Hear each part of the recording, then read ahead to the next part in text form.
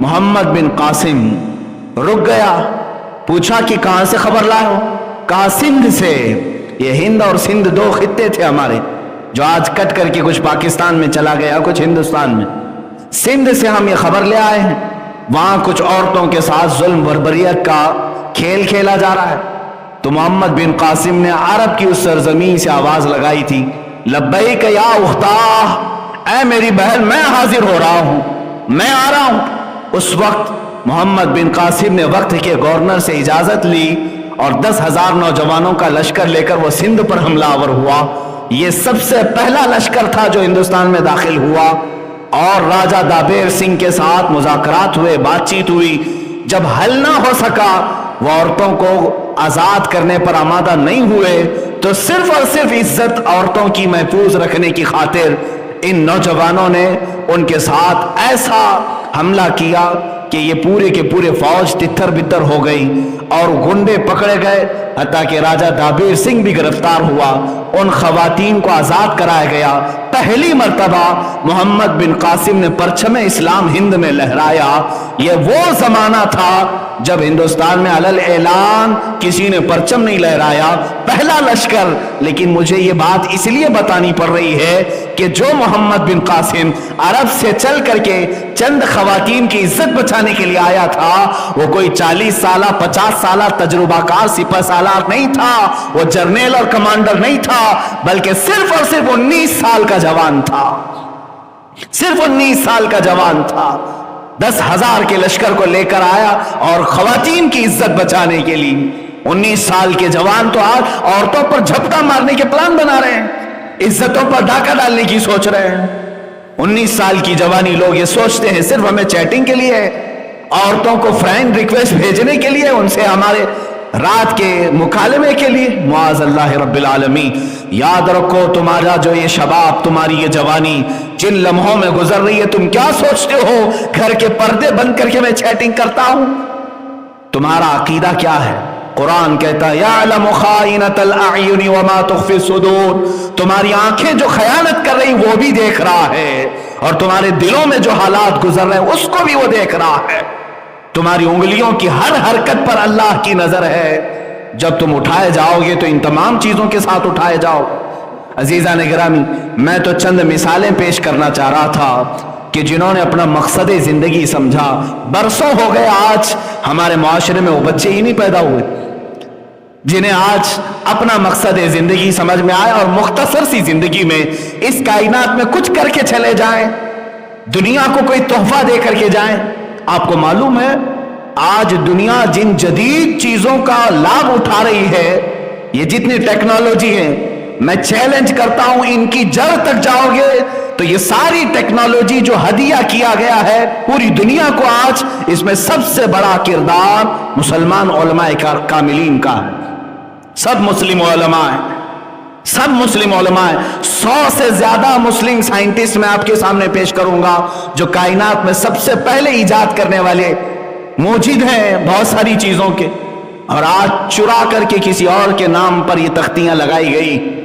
آپ کو کیا خبر، آج پوری دنیا مواصلات کے طور پر یعنی سفر کے لیے اتنا تیز ہو چکی، ایروپلین بن گئے، ہزاروں لوگ اس میں سفر کرنے لگے، اور اس ایروپلین کی ایجاد کے متعلق 15ویں صدی کے بعد کے چند انگریزوں کے نام بتائے جاتے ہیں۔ نہیں میرے عزیزوں، سب سے پہلے اس کا تجربہ کرنے والے حسین بن عباس فرناس، عباس بن حسین فرناس، یہ کرتبہ میں رہنے والا ایک ایسا سائنسدان، کب کی بات کر رہا ہوں، آج سے 1000 سال پہلے کی بات، آج یہ 2020 چل رہا ہے، وہ 1021 1022 کا سائنسدان ہے۔ جب کرتبہ کی جامع مسجد کے مینار سے پر لگا کر عقاب کے اس نے خود اڑنے کی کوشش کی، اور پہلا وہ انسان ہے جو ہوا میں اڑنے کا ایک تجربہ دور لوگوں کے سامنے پیش کیا۔ ایسے نہیں کہ مینار سے چھلانگ لگایا، بلکہ تاریخ میں آج بھی رقم ہے، عباس فرناس 10 منٹ تک ہوا میں اڑتا رہا، اس نے نئی ایجاد کی، اور اس کے 500 سال بعد آ کر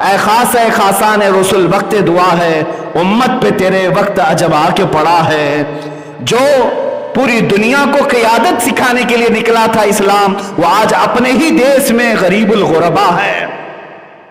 آج جتنے مسلم ممالک ہیں وہاں کی بھی حالات یہی ہیں کہ ان کے ہاں گیس ہے، پیٹرول ہے، ڈیزل ہے، نہ جانے کیا کیا معدنیات ہیں، لیکن نکالنے والے یورپین ہیں، امریکی ہیں، ان پر اجارہ داری پوری باہر کی کمپنیوں کی ہے۔ کیا ہم اس قدر آج علم سے اور اپنے مقصد زندگی سے بچھار دیے گئے؟ اے میرے عزیزو، میں پڑھ رہا تھا یہودیوں کے متعلق، برسوں گزر گئے، 1400 سال ہو گئے میرے آقا صلی اللہ تعالیٰ علیہ وسلم کی تعلیمات کو۔ بعض علماء بھی اس کو ریجیکٹ کرتے ہوئے آج الگ انداز سے بولنے کی کوشش کرتے ہیں۔ حضور نے فرمایا تھا اپنے بچوں کو نشانہ بازی سکھاؤ، تیر اندازی سکھاؤ۔ حضور اکرم صلی اللہ تعالیٰ علیہ وسلم کی حدیث میں انہیں گھڑ سواری سکھاؤ، تیر اندازی سکھاؤ، اور ایک حضور اکرم صلی اللہ تعالیٰ علیہ وسلم کا حکم ہے کہ یہ 3 چیزیں سکھانے کے لیے فرمایا گیا۔ اب کے بعد جب یہ بات کہی جائے تو یہ گھوڑوں کا زمانہ نہیں ہے، مرسیڈیز کار کا زمانہ ہے، اب تیر اندازی کا زمانہ نہیں، اب تو بم بارود پیٹرول میزائل کا زمانہ ہے۔ ٹھیک ہے، جدید دنیا میں تم یہ جواب تو دے سکتے ہو، لیکن آج ہی کی بات میں بتاؤں، اسرائیل میں آج بھی یہودیوں کو دیکھا گیا وہاں پر 6 سال کے بچے کو کمپلسری نشانہ بازی سکھائی جاتی ہے، جبکہ ان کو معلوم ہے یہ زمانہ تیر اندازی کا نہیں، لیکن نشانہ بازی کیوں سکھائی جا رہی ہے؟ گھڑ سواری آج بھی سکھائی جا رہی ہے اسرائیل میں۔